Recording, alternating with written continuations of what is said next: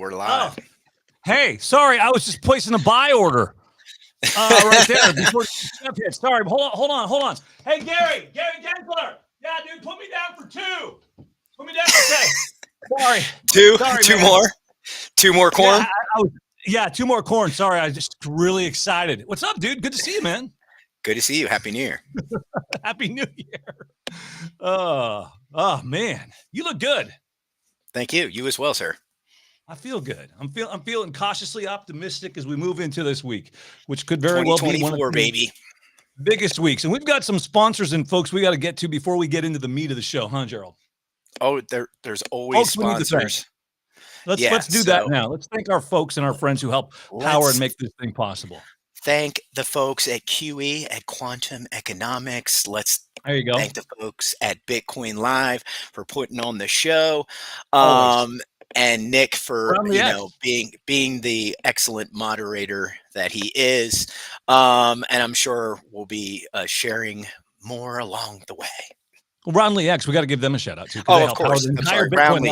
And yeah, they are really cool. Like, so what you can do is connect your like Coinbase account to them, attach it to your debit card, and then like have roundups like you do with other accounts. And you can set those roundups at different levels. And when you do that, eventually it hits a target and then they buy, you can buy whatever you want in their list of coins. I always tell people do Bitcoin, obviously, or Litecoin. But they do have like, I want to say like 20 or 30 different coins and or tokens you could choose from to set up in your account to have set aside. So you can, daily, it's like automatic DCAing. Yeah, man, that's smart. Stuff. Anytime you're going to buy anything, why not earn a few Satoshis on the side, stack sats while you shop? And Roundly does a great way of doing that, safe and secure and trusted. Yeah, easy to do. That's why I always tell people easy is a good thing, especially when you're not good with technology. But let's get into it, and let's get into what the big news of the week is: the ETF. Proof of work. Yeah, why is proof of work important? Yeah, you saw that, did you? Did you see that samurai sword?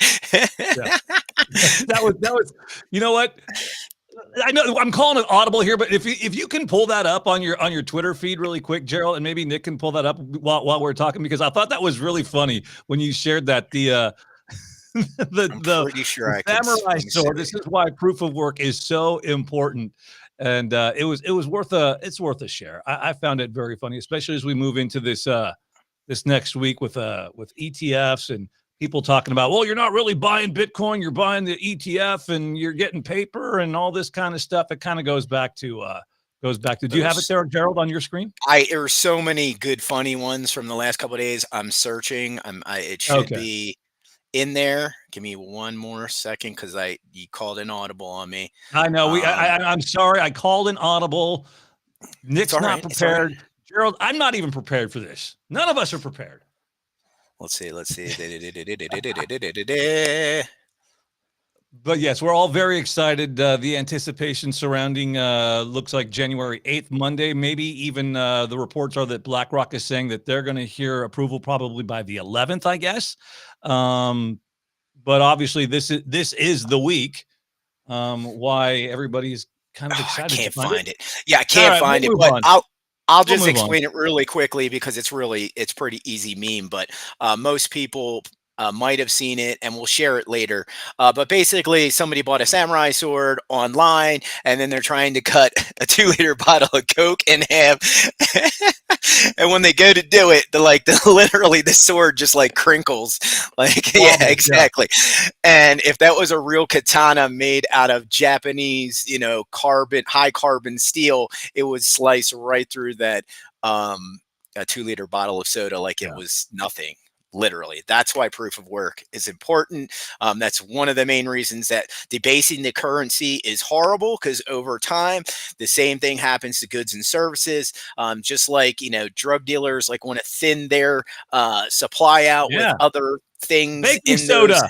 right? Yeah, exactly. Mixing their supply with Coke or anything. I listen to a lot of Jay-Z songs, so with hopefully inert ingredients. It looks like Nick might have found it. Oh yeah, Nick found it. Good. You can pull it because it is a good chuckle. It is pretty good. But yeah, this is why proof of work is important, because again, over time, as they want to print more money, not only did they debase the currency, but then the goods and services slowly get debased as well. And then, obviously, you have things like this. Yeah. There it is. Yeah, the sword, not a real sword. Here it is. Look at the way that thing bends, man. Yeah, that's one. Yeah, that's one tough. Wompa. Yeah, that's one tough 2-liter. Was that Diet Coke? Yeah, Diet Coke whooped your butt. The little known fact why I think it's so strong is it's the aspartame, aspartame, or whatever that is. Exactly. Yeah. Exactly. That's totally destroyed that sword because of the sweetener. Yep. All right, let's get into the big news. It's the worst kept secret in all of finance. Even my mom and everybody has been signing and filing paperwork with the SEC, it sounds like, for a spot ETF. Gerald, lead us off in this conversation, your thoughts and where things are at and where things are probably going. Well, so I want to say about 2 months ago, I don't know if it's an email or I got a heads up from somebody or it was an article, but I immediately read the information and was a disclaimer from Coinbase stating that they would be delisting Bitcoin SV as of January 9th. And I was like, yeah, just like that. There was a very similar reaction. Yeah. As soon as I saw that, the big brain went to work very quickly, and I surmised that if they are taking down Bitcoin SV, it is to take away confusion from the markets, right? Because we don't want anybody to be buying the wrong product for their seed fund, right? And then a few weeks after that, I found out that Coinbase is doing the custody for like 95% of these ETFs. I think it's 9 out of the 11. And I was like, okay, my theory is sounding more and more plausible now, because it sounds legit. Now, is it going to happen on the 10th, the 11th, the 12th? Can't say. High probability that I think they will deny one or two more just to keep the price where it's at, around 40 to 45, somewhere in there. Because again, Coinbase, again, is doing the custody for 9 of these funds. It's in their best interest to keep their customers happy, right? And what keeps their customers happy is keeping Bitcoin around 40 to 45K. As I stated in the last couple of episodes, that this would be the range that Bitcoin would need to get to before they would decide to pull the trigger. All right, so let me stop you right there on that, and let me just give you a little pushback on that. I'm sure you would like. I love our conversations because it's like two magicians. Like, oh yeah, I saw that. I know that trick. But I'm sure you already saw the news, and a lot of us who are watching programs like this consume a lot of content.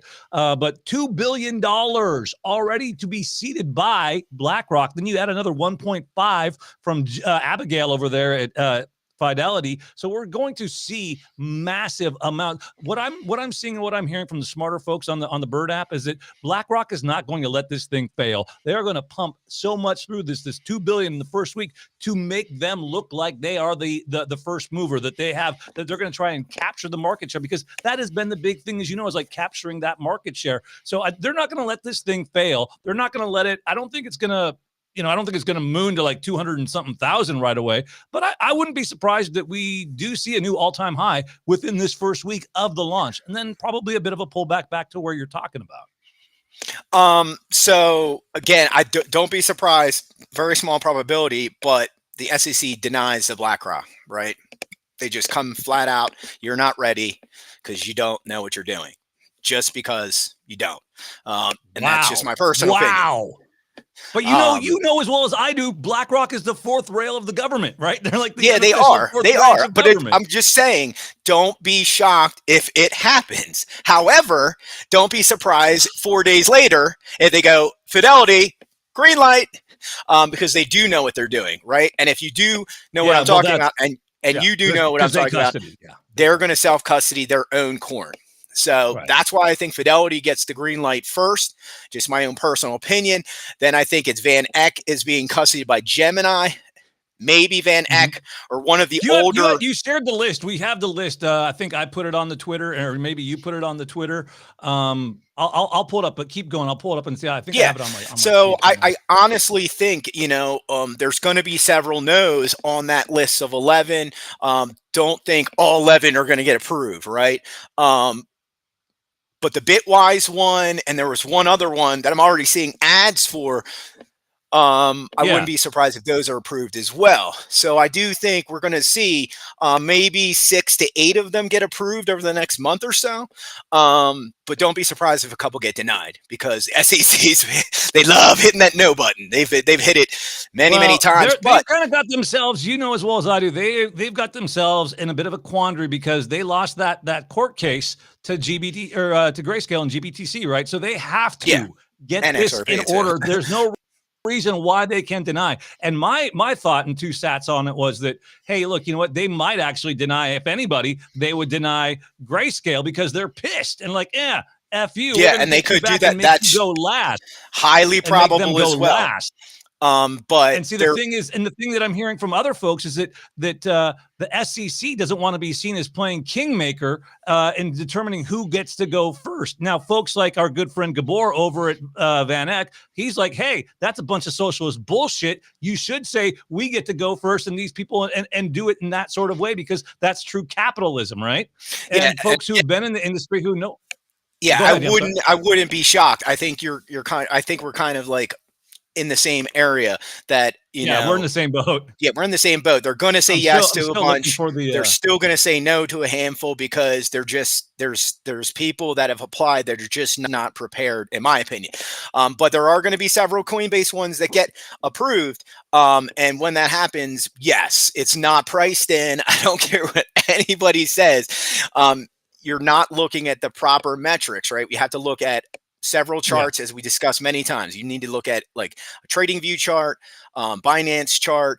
You should be looking at a hash power chart, hodl waves chart. If you don't have at least that, you don't know what you're talking about. I don't care if you're Bill Miller or if you're some dude in your basement who's an amazing trader. You're going to get wrecked at some point. I'm the dude in the basement. I'm the dude in the basement. But you do the right thing in DCA and, you know, put it into your cold storage. And that's the one thing that I've warned about is, you know, the banks are going to say, we'll hold your Bitcoin. Right now, it's Coinbase is going to hold your Bitcoin, right? So there's pros and cons to it. And that's what I always tell people. Nick says he has that little chart up. So let's pull that up and we can awesome. Thanks. At it. God, Nick is the best, man. Yeah, so here it is. So BlackRock, but there was a graph though as well. Yeah. But again, so these are just estimates, right? And let's not forget, there is the Saudi family has caught wind, like I discussed last time, that the UAE has a big mining farm now, right? Getting back to hash power, right? We work with QE, right? Quantum X Editions just launched their farm.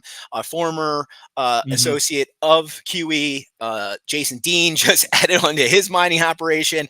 One of my mentors in this space, Peter Saddington, literally he was kind of in and out of the space for many years, but a couple years ago, he got back into Bitcoin and he started this huge mining operation that's going live over the last year or so. And this is just 3 or 4 entities we're talking about. We're not talking about like 10 ASICs in your basement. We're talking about hundreds and thousands of ASICs, right? And then you put on top of that, that Marathon said they're going to expand their hash power by 20 to 30% in 2024. And my theory that we're going to hit 1 zettahash is not insane at all. And that's there was a lot of power. I'm looking for the list though. There was a graph and gosh, we just share so much content. It's hard to keep up. It's like drinking from a fire hose. But the graph that I'm looking for in particular, it spells out really easy, left and right. This is who's custodying all, and like you said, it's like 90% of it is all Coinbase. Coinbase. Yeah. And you think that's why their stock has seen such a huge surge as of late? Of course. Right? Here it is. You know what? You tweeted it out, and I've got it up on my Twitter now, Nick. So yeah, if you want to pull that up, that there you go. You can see it right there. So you can see applicant Grayscale, Coinbase, ARK21, BlackRock, Coinbase, Bitwise, Van Eck, Gemini, right here, the one that's circled, because you know why? She's been mining Bitcoin since 2015 on a PC on her desktop back in the day. Yeah. So she gets it. Fidelity knows what's up. They understand Bitcoin. So I tell people, and I told this to my father, who doesn't even know what an ETF is. I had to explain what that was to him. And he's a really smart guy. He's a physicist, but it's just, financial tools are not his neck of the woods.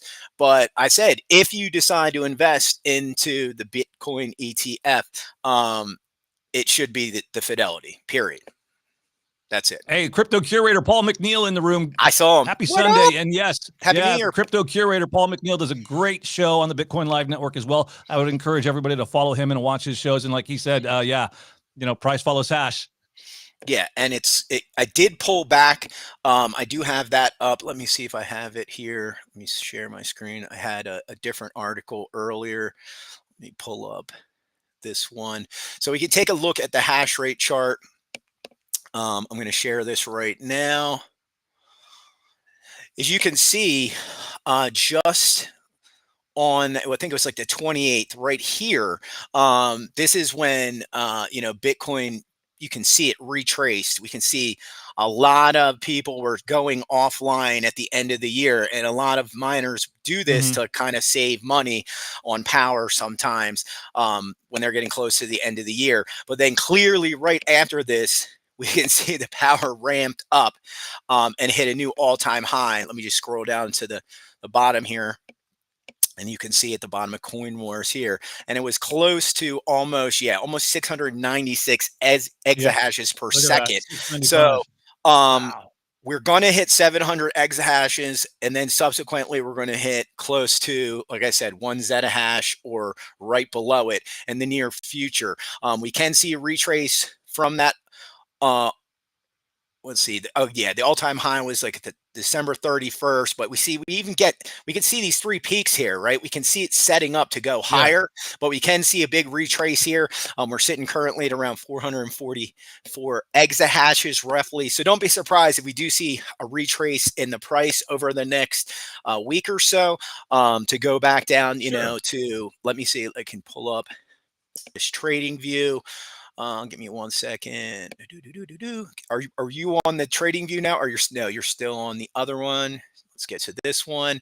And as you can see, just like before, as we were talking, I think it was right around here, I was saying this is a bull flag. We kind of are seeing that set up here. We are seeing a pennant setup. So we could see Bitcoin go higher. And that's, probably the ETF news probability is quite high. But in these types of scenarios, it could go lower, right? It could retest these ranges down here somewhere in like the 35. Even right in here, 37 to 36. These ranges could be retested. So don't be surprised if they, like I said earlier, like 5 minutes ago, they're like, oh, we're rejecting the BlackRock ETF, and it dumps to like 40 something or lower. Don't be surprised because, again, the only moves the SEC has right now is the yes and the no button.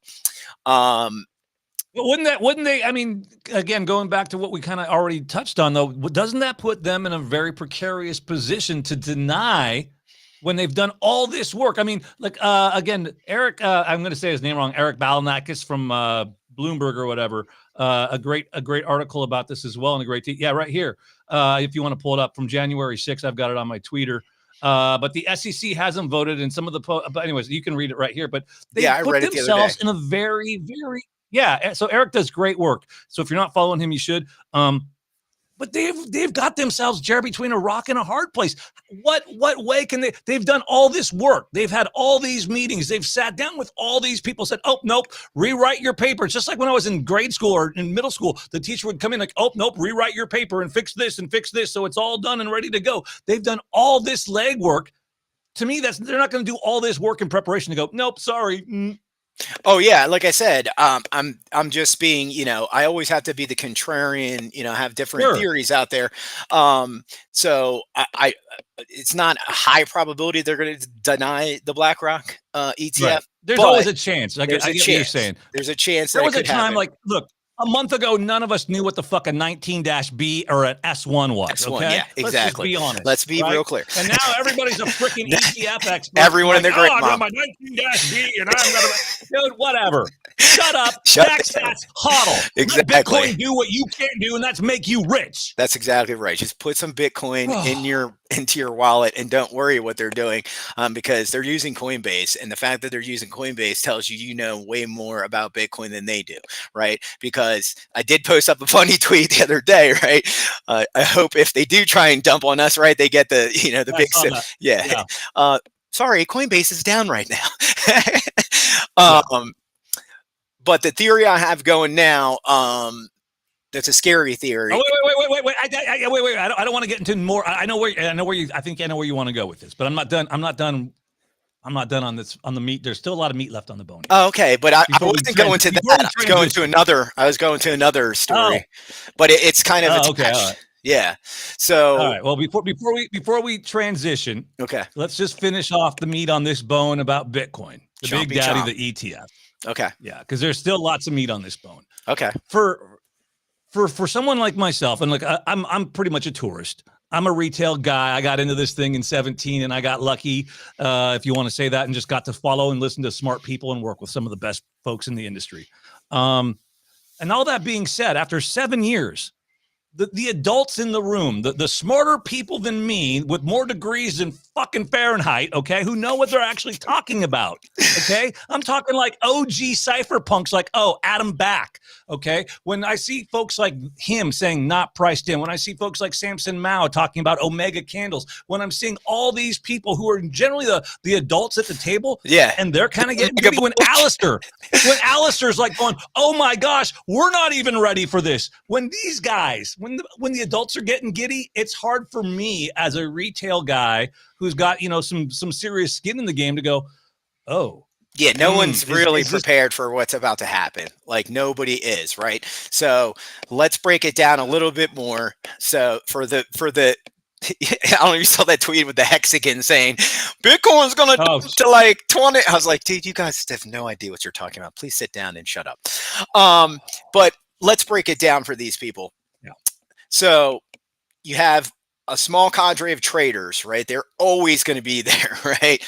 They love it when the price goes up and down. They're not going anywhere, right? Then you have the maxis, and the maxis are straight psychopaths. They're going nowhere. Thank you. I've been called that before. So and there's the hodlers of last resort who are insane as well, like myself. We're not going anywhere, right? If you pull up a hodl waves chart, I think I found one that was free.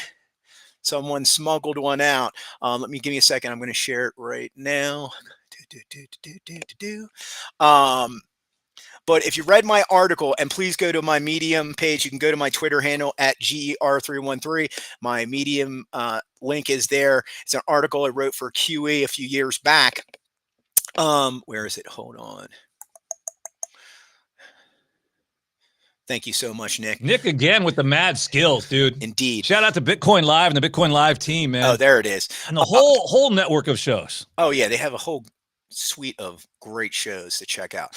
But as you can see, and in one of the articles, I think it was the Why We Hodl article, I postulated 2 years ago that these purple hodl waves would get bigger and bigger. And as you can see, and guess what? They are larger now.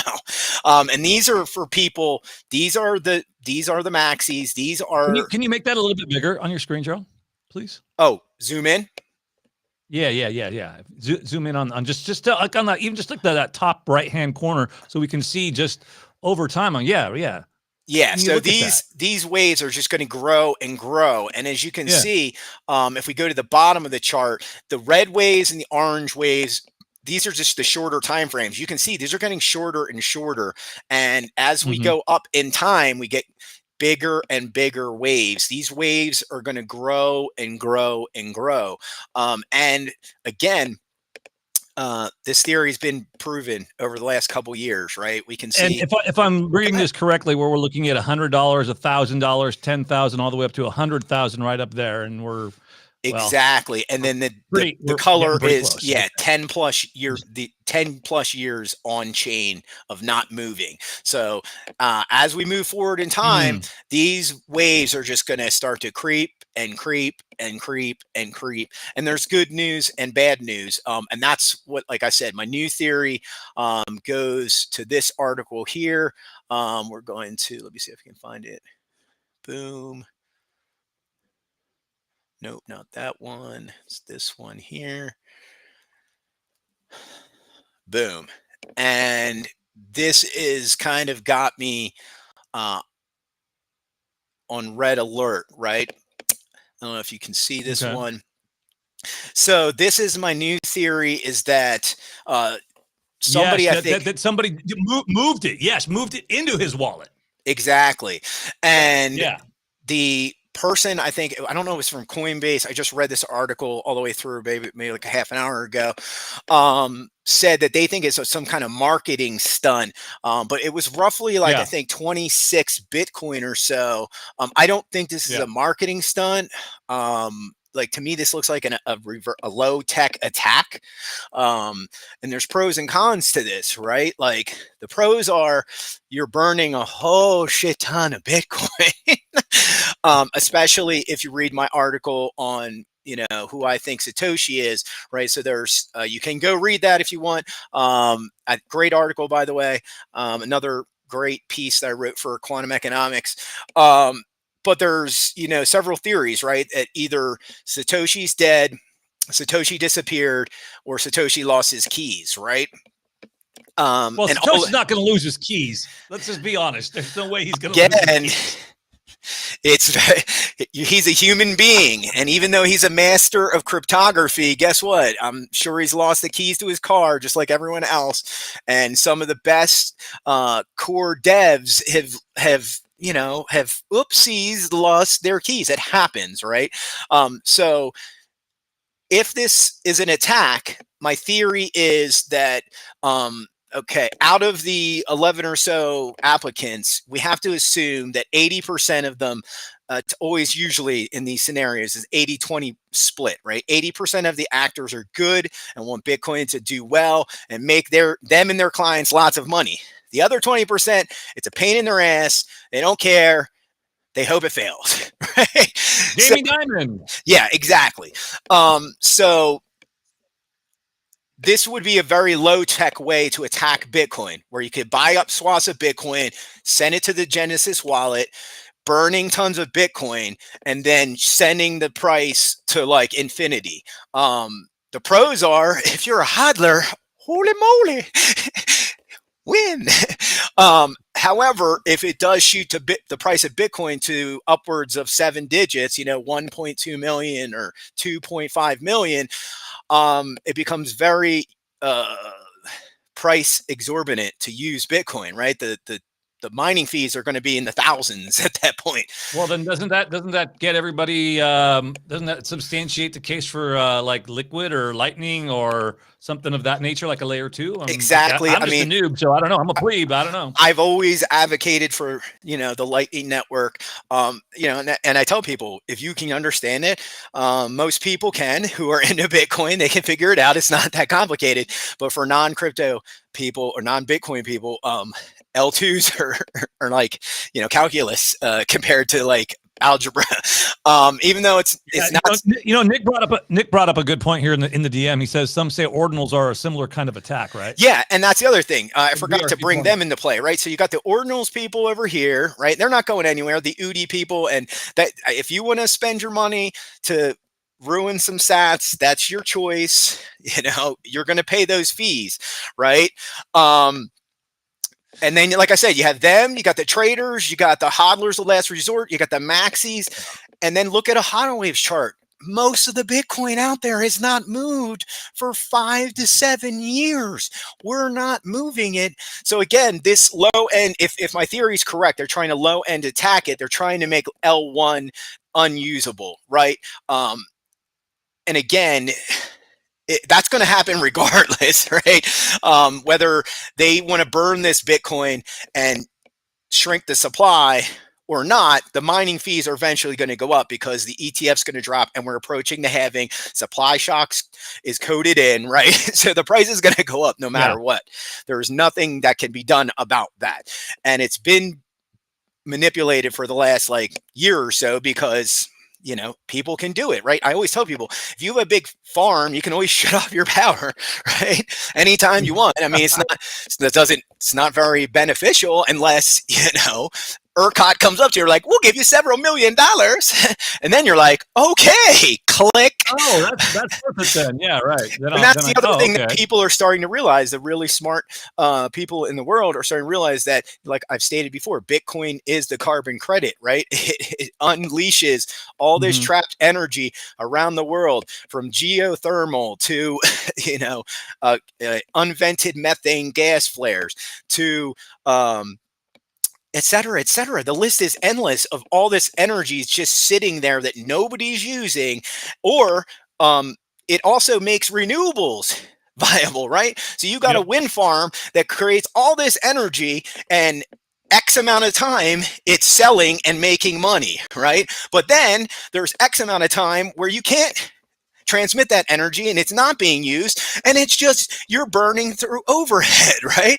Well, that's when you switch to Bitcoin, and now you're never losing money. And that's why a lot of these renewable farms, whether they're solar or wind, go out of business. It's not because they can't generate power, it's because they can't sell the unused power when needed. They can't transmit it to the customers that need it when they need it most. So you, as the creator of this power, never have that deficit anymore, right? You always now, okay, we have all this excess power we're not using, click, turn on the Bitcoin farm, and now you're always making money. So Bitcoin makes literally all this green revolution very plausible. It makes it financially plausible.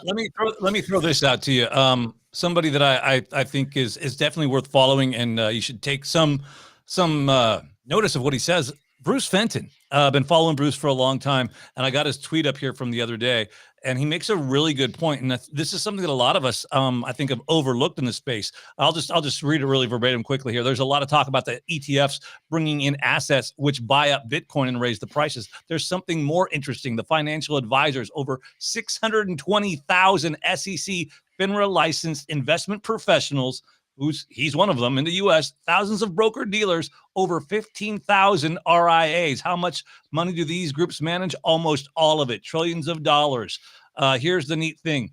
These thousands of family office managers, brokers, financial advisors, and RIAs, mostly not involved in Bitcoin or well-versed on it, but they will be. So all of this to say is that, like what Bruce is saying, there's a whole other aspect of the economy and financial services that he's talking about that nobody else is really paying attention to and talking about, and how those things will actually have an impact on the price as well. And then the other thing that we just saw this past week, it's Qatar and a bunch of other folks.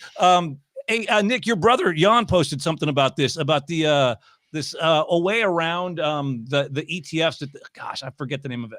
I am not high yet, so please forgive me. I have not vaped or anything, so I gotta Yeah, there's the rumor going around that they want to buy like $500 billion.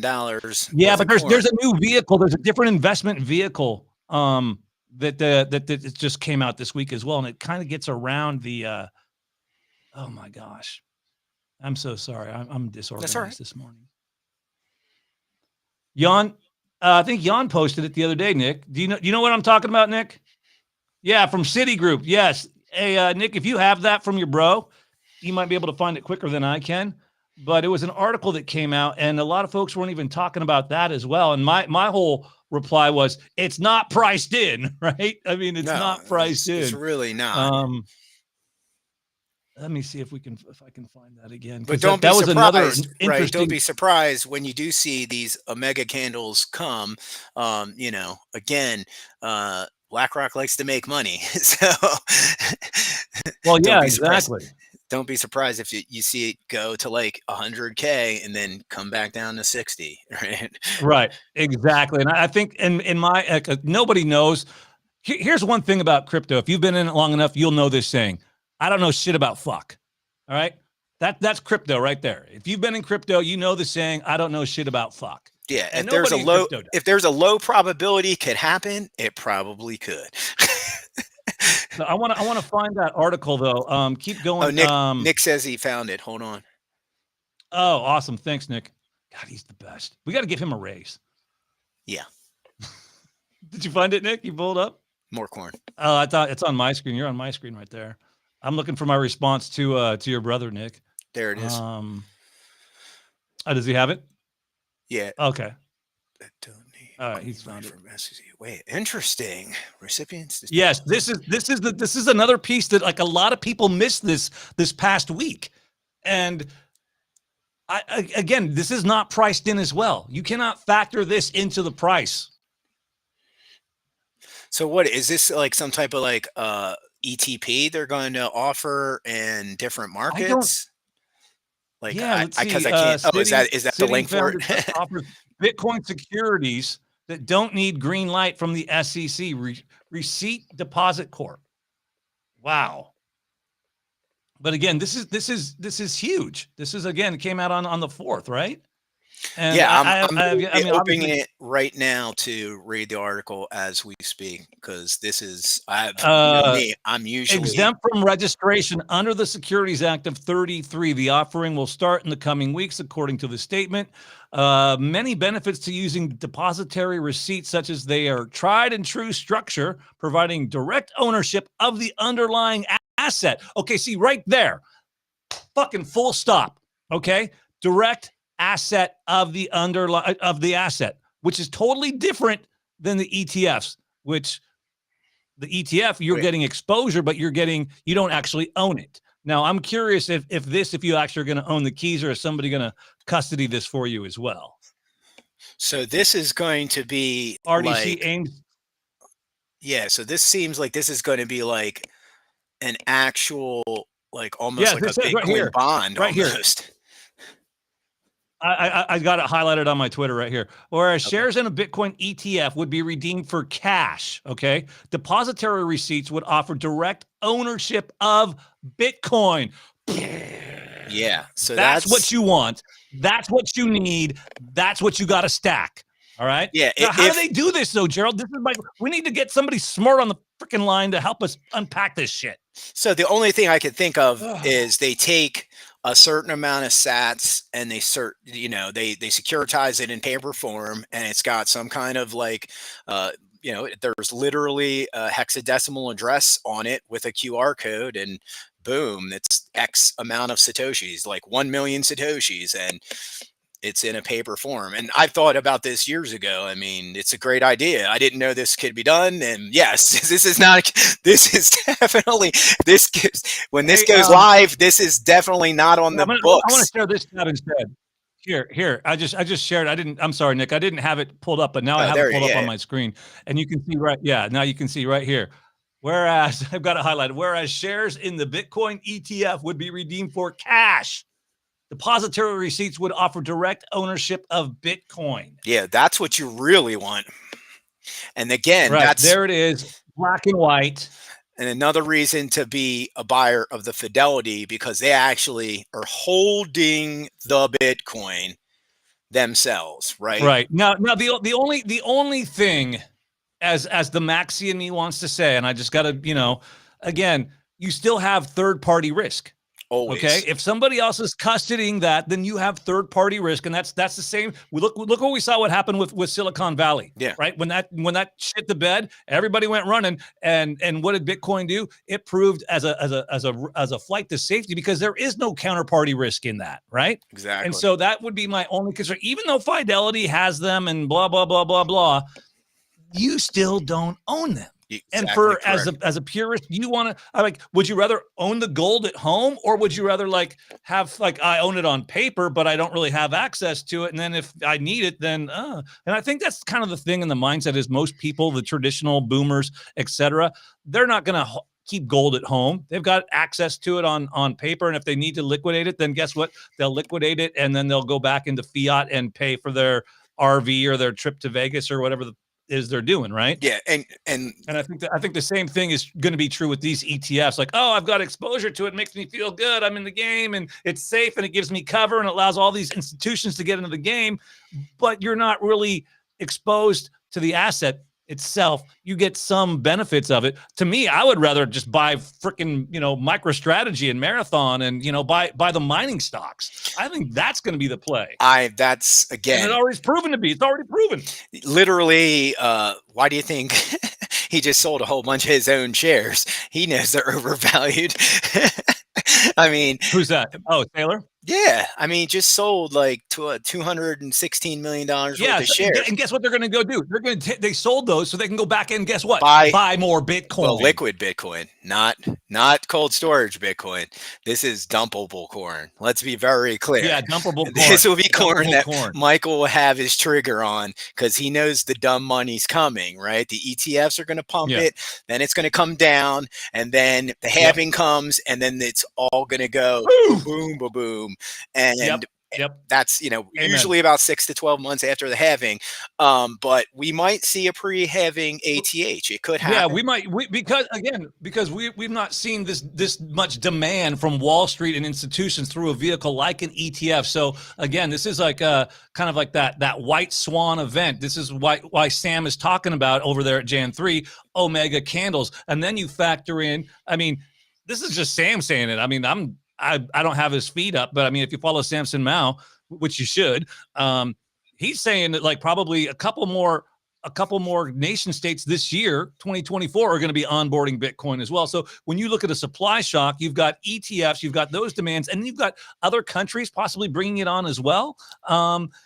It's really setting up for an unprecedented time in the history of finance, and especially with an asset class that's really maturing and coming into its own after 15 years. Yeah, and again, this is all in the midst of most of the liquid Bitcoin on exchanges is like the lowest it's been in years, right?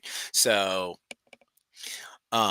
people that think Nick says BTC has a step function. What is the step function? BTC has the step function. I was he referring to my chart analysis? Oh, it jumps. Yes. Yeah, it goes in steps. I see what you're saying. He's meaning like, if you look at the chart. Yeah. Hey, I know you've got something really aside from the Bitcoin ETFs that we want to talk about. So let's. I think now's a good time to probably transition into that, you think? You want to talk about the other? Yeah, I mean, so like we were kind of hinting at. Okay, well, I mean, I just want to make sure. Are you ready to transition? Is it time to switch to the next subject? I'm switching. All right, we're gonna hit the button. Switch to the next subject. Let's go.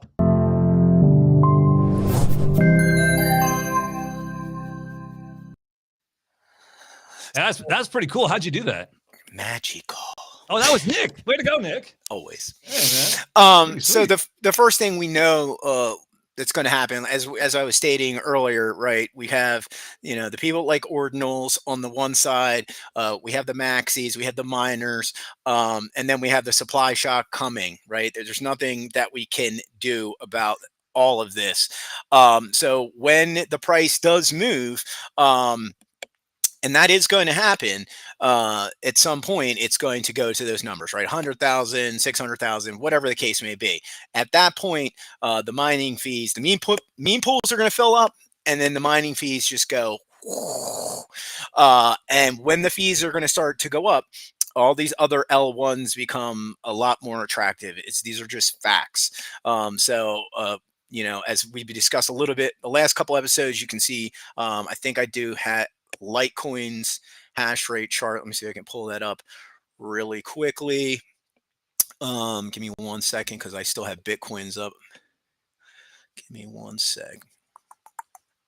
Stop sharing that one. And let's see, mining charts, hash rate. And while you're looking for that, I just want to tell you a quick little story from this past week. Go ahead.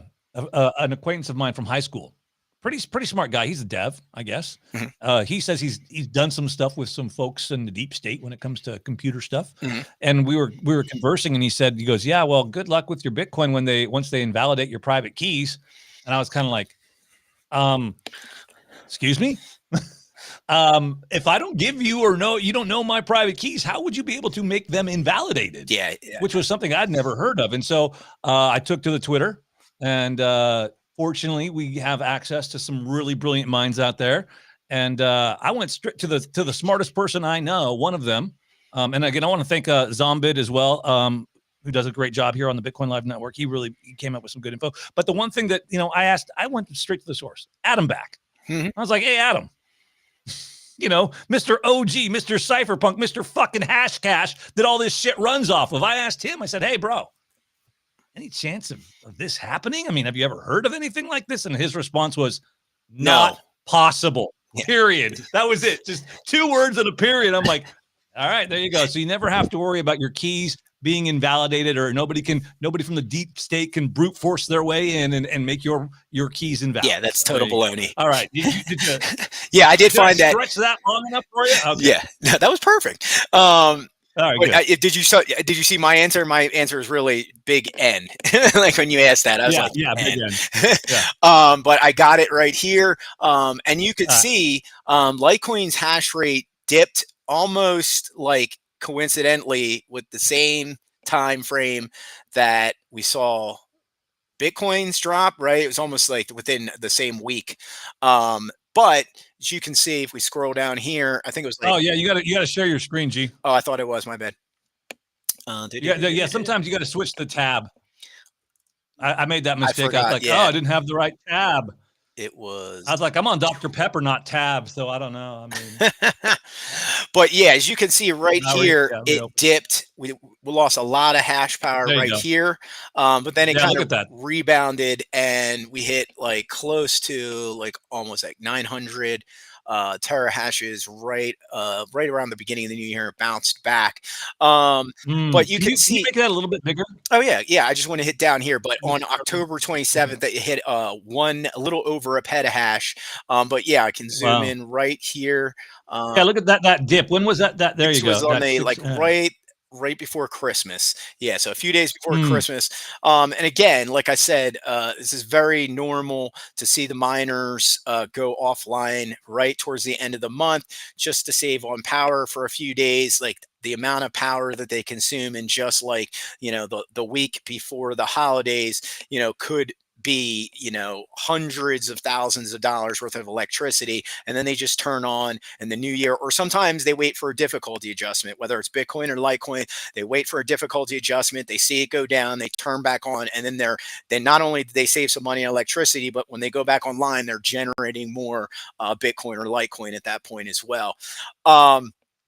So like I stated in the last couple episodes, as Bitcoin's mining fees and the meme pools fill up, we're just going to see those fees, especially when Bitcoin gets to 6 or 7 digit valuation.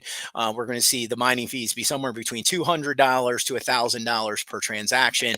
And at this point, we're not going to have I'm not going to be doing many transactions on L1. I'm just being honest, unless I'm buying from Coinbase or Cash App and leaving it in their app for a rainy day when the fees, the meme pools clear up, the fees go down. Yeah, then I might move that Bitcoin on a different date. But it's definitely going to send the miners' fees off the charts. And at that point, Litecoin. And yes, it's already happening several times, by the way. This has already happened over the summertime when ordinals went really nuts. Litecoin went from, I think it was like $60 or $70 right up to, I think it was like $125 or $130. And we're going to see this happen again. But at the same time, there's other tools out there. There are other protocols that people use. And I did tweet out today that I think that once we get the Bitcoin ETF approval, we are going to see an XRP ETF approval or a Litecoin ETF approval. I don't know which one comes first, but one of those is definitely going to get approved as well. It's probably XRP. You're not the only one out there, kind of saying that. Another person on the I still call it crypto Twitter. I always will. Wendy O. She's been in this a long time. She knows what she's talking about. She does a great job. And one of her recent posts as well. Big news concerning XRP, and it sounds again like they're probably looking at an ETF, and it probably wouldn't be out of the cards. No. So where there's smoke, there's fire. Yeah. So as we can see that Nick just shared, so I had been. We discussed it. We're not on the show, but I guess outside of the show, we're kind of talking about it maybe a month or so ago. I was kind of mentioning that even though XRP, isn't Bitcoin, it still has, some interesting traits and capabilities. And the main thing that amazed me over the last couple of years is that it faced the SEC head to head, went toe to toe, and won their battle. And not only was delisted from almost every exchange out there, save like one or two on the planet, is now back on every one of those exchanges. I had some on crypto.com from a couple years ago. They gave me my airdrops post fact for Songbird and Flare. It was only like, $2, wow. Whatever. But the fact that they're, it's almost like I said, it's back from the dead, right?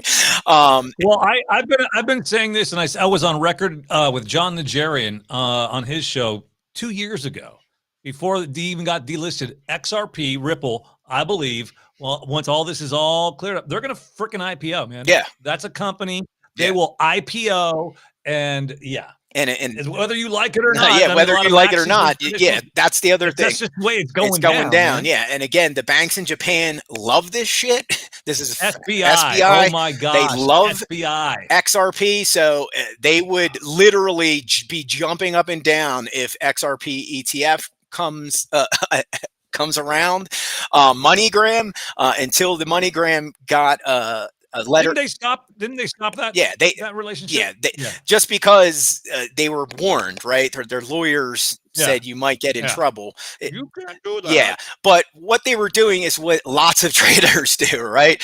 They take an asset, they sit on it, it goes up, they liquidate that asset, they turn it back into whatever they prefer. And for MoneyGram, it was dollars, right? So what MoneyGram was doing was they would take a whole bunch of transactions they would do in the U.S., they would convert them into XRP, and then they would send that money to Mexico, and then it would just sit in XRP, and then they would just wait. And then the XRP would go up like 20% or 10%. They would make even more money. And they would convert back to dollars, and they just kept doing this. And then, I guess the IRS or the SEC caught wind, and they're like, yeah, you can't do that. And that's when all the articles saying that here comes, the SEC after XRP. And then that's when MoneyGram's like, oh, we never used XRP. Oh, really? I have like documentation showing. I got your press release here from last year. Here's your infographic showing you how you used XRP to send money across international borders. But hey, it's only from your website. Yeah, right. But the point being is XRP is not going anywhere. And then I secured a small bag, I don't know, 2 or 3 months ago. And then I DCA'd into that bag into a position I felt comfortable with. It's not a huge bag. It's not a teeny bag, but it's a bag I'm comfortable with. And then just the other day when that bag was packed. It's like a duffel bag. Let's just put it that way. It's more like a duffel bag. It's a carry-on, right? You don't need to check it. Exactly. You can carry on. You can carry it on. Yeah. Bring it with you. Oh, by the way, I was on those Alaskan airline planes. I can't believe that. Yeah. And I'm a window seat kind of person. Never again. Yeah, well, I always tell people one reasons I always have my seatbelt on, just for stuff like that. Because if your cabin depressurizes, you're just walking down the aisle. Bye. Hey, I know we're getting short on time to wrap up today's episode. One thing I pulled up here just came out. Oh wait, I just want to add one more thing because I didn't get to say it because Nick had shared it. So I just finished packing that duffel bag. And then on Friday, here comes Grayscale. We're opening up the XRP fund again. And I was like, boom. The big cap. Yeah, the big cap fund. That. Yeah. And I was like, I bought some more. Yeah, of course I did. Max Kaiser this morning. Oh, yes. Love him, hate him, whatever. I respect the guy. I think he's brilliant. He's done a lot for the space. His tweet here this morning: I saw government this one. sees the ETF for national security before they send you your U.S. dollars. Price moves to 100,000. You pay tax on the gain from the payout. With what's left, you buy BTC at a price $100,000 higher. Price crashes. Man, good old Max. Yeah. Again, could the government, is there a probability, very small probability this could be done? Because like I stated, I think it was in episode 1, the government is slowly starting to realize that the dollar needs Bitcoin. Bitcoin does not need the dollar, right? And you can see this in their settlement with Binance. I said this before Binance. I said they're not going to like take out Binance. I said they could take out Binance US. They're not taking out Binance Global. There will be a fine. Which they did. And that's exactly what happened, because if you saw how much Tether Binance moves and you saw how much Bitcoin Binance holds, that's a whole, like a couple countries' economies right there. So you attack that, you will send the dollar into a death spiral faster than Mickey Mouse can freaking blink his stupid bubbly eyes. So, good. I got this here. All right. Just to just kind of put an exclamation point on what you were just talking about there, G, that Bitcoin doesn't need the dollar, that the dollar needs Bitcoin. Correct. And that's why they're greenlighting Bitcoin. There's every indication that nations are embracing it. Jerome Powell says it's a digital asset. Christina Lagarde says it's a digital asset. The head of the SEC taught a class on it.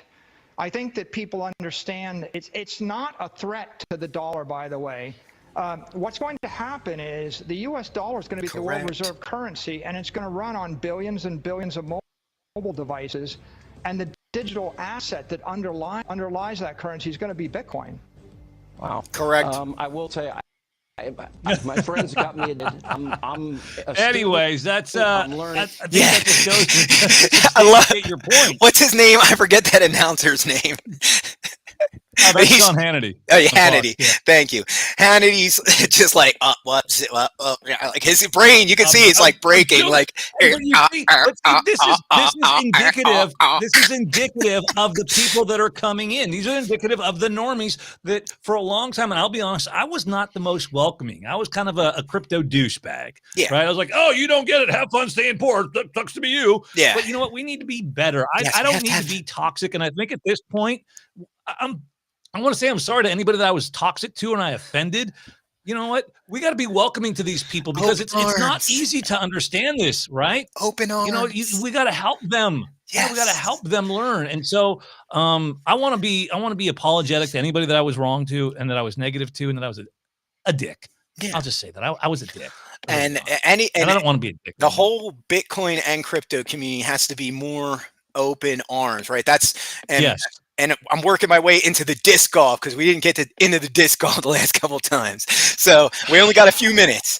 Why is disc golf important and to Bitcoin? It's very simple. So one of the top players in the world, his name's Ricky Wysocki. He's a great guy.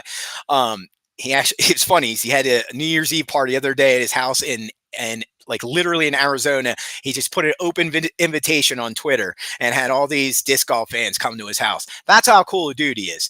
Anyway, he got his. You didn't go? Why didn't you go? I was in Philly with my family. Oh yeah, you were doing family stuff. I wish I could have. That would have been great. But Ricky took his bonus. $225,000 bonus in Bitcoin in 2020. And most of the disc golf community made fun of him for many, many years because he did this. This last week when Bitcoin hit like 45K, it's the first time it was like, I think it was like 30 K in the green. So this is a big deal because we were saying, we want to have open arms to more people, right? Because Bitcoin and crypto is this very close knit community and very tribal, right? Everyone's in their cliques and their groups. Got to stop that. We got to open up. And one of the coolest sports in the world is disc golf, and it's very open. And that's why I love it so much. And that's why I'm opening it up to the world. And there's lots of Bitcoiners who are disc golfers. Sorry to cut you off. Oh, no. I was just, I would just say with a little caveat, the asterisk being that there are going to be people and projects and products that are scams. Oh, okay. Totally. And you've got to be able to call a scam a scam. So we need to be open armed and welcoming, but we also need to use discernment to go, you're a scammer. Yeah. You need to take a time out and go away. So we need to be opening and welcoming, but yet we also need to use discernment. Hey, before we wrap this up, next week is probably going to be a big week for lots of folks who've hodled. People are probably going to take some gains, I would imagine. If I had any Bitcoin, I lost mine in a boating accident, but if I did, I might be taking some gains. And if I was going to take gains this next week, I would buy laser eyes. They really do exist. You can get laser eyes. Check it out. Hold up.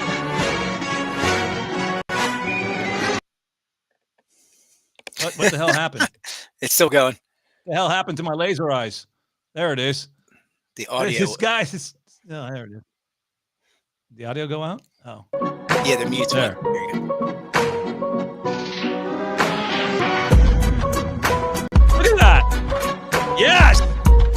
The laser stuck where his eyes go, right? I love that. Real laser eyes for the real Maxi and everyone. Exactly.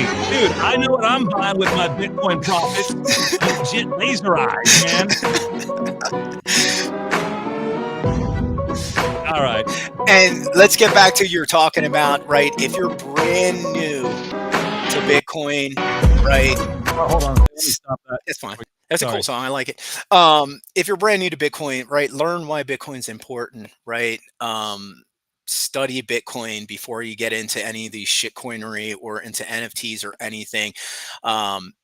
Understand why Bitcoin's important. It is the hardest money ever created in the history of human civilization, period. And again, it's going to get more hardened as we go forward into the future. So figure that out first. And then if you want to play around, buy an NFT, I always tell people, look for free NFTs, right? There's plenty of free ones out there. Don't go buy something that you're, just like chasing the green dragon. Don't be chasing these NFT pumps, right? Go get a free one and get a couple free ones. And when those free ones go to the moon, then you really made some generational wealth because it costs you almost nothing to make it, right? Stay away from all of these types of scams and don't put all your money into any of these projects and don't chase green candles. You will hate yourself. Buy the dip. There will be a pullback. There will be a pullback. Things are going to go up and then there will be a pullback. That's where you want to buy. And I tweeted the other day. There we go. Right? The Omega candle. Exactly. When Bitcoin went to 42 in a matter of hours, these are the dips we speak of, y'all. Yeah. Those are the dips that are made. These dips are made for buying. And that's what I'll do. Yep. One of these days, these dips, I'm gonna buy a bunch of you. All right. I love it. All right, buddy. I will see you around the block next time. Indeed. Thank you, Nick. Thank you to all our sponsors.